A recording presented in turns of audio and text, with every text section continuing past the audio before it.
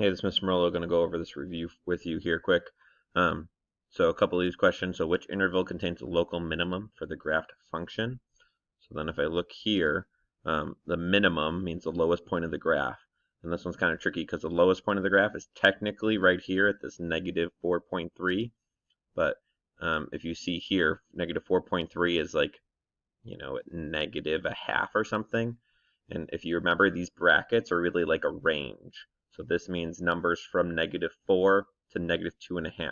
So here's negative 4, here's negative 2.5. There's no minimum right here. Negative 2 to negative 1, close, but the minimum also isn't right here. So ideally, the minimum would be right here, somewhere between like 0 and negative 1, but that's not an option. So we're going to look at like the second minimum, so the second lowest point of the graph, and the second lowest point of the graph is right here at negative 4.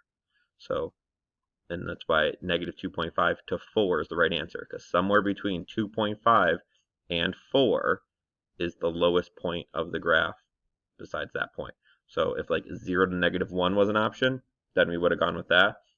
Since it's not, we're looking for the second lowest point right here, and it's going to be between 2.5 and 4. So remember, these brackets mean it's between those two numbers. So between 1 and 2, between 2.5 and 4. It's not like a point. So there's kind of a big difference in the brackets and the parentheses. Okay, 4 was a tough one, so you're trying to figure out when f of x is less than 0. Remember, that's kind of like the y. So you're going to figure out when it's on that 0 line. And the only other time it's on that 0 line, it gave you right here, the negative 3. And it's also here at that negative 1.1.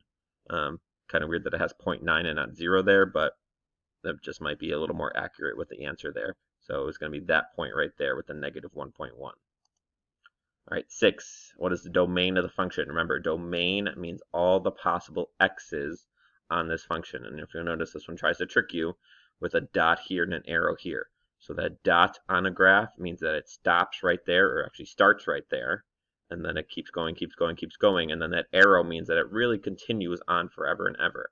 So the lowest point that x would be, x domain, is right here at 0.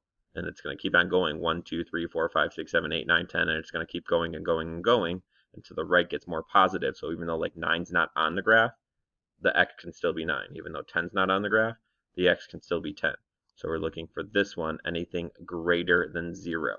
Since there's no arrow here, x is never going to be negative 1 or negative 2 or negative 3 or anything like that. So the lowest point x can be at 0, and it has to be a number bigger than that.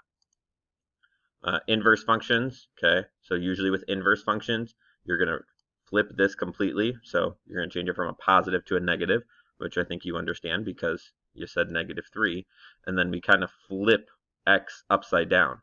Well, if we flip x upside down, we just get x again. So 1 over 1 is still 1 over 1.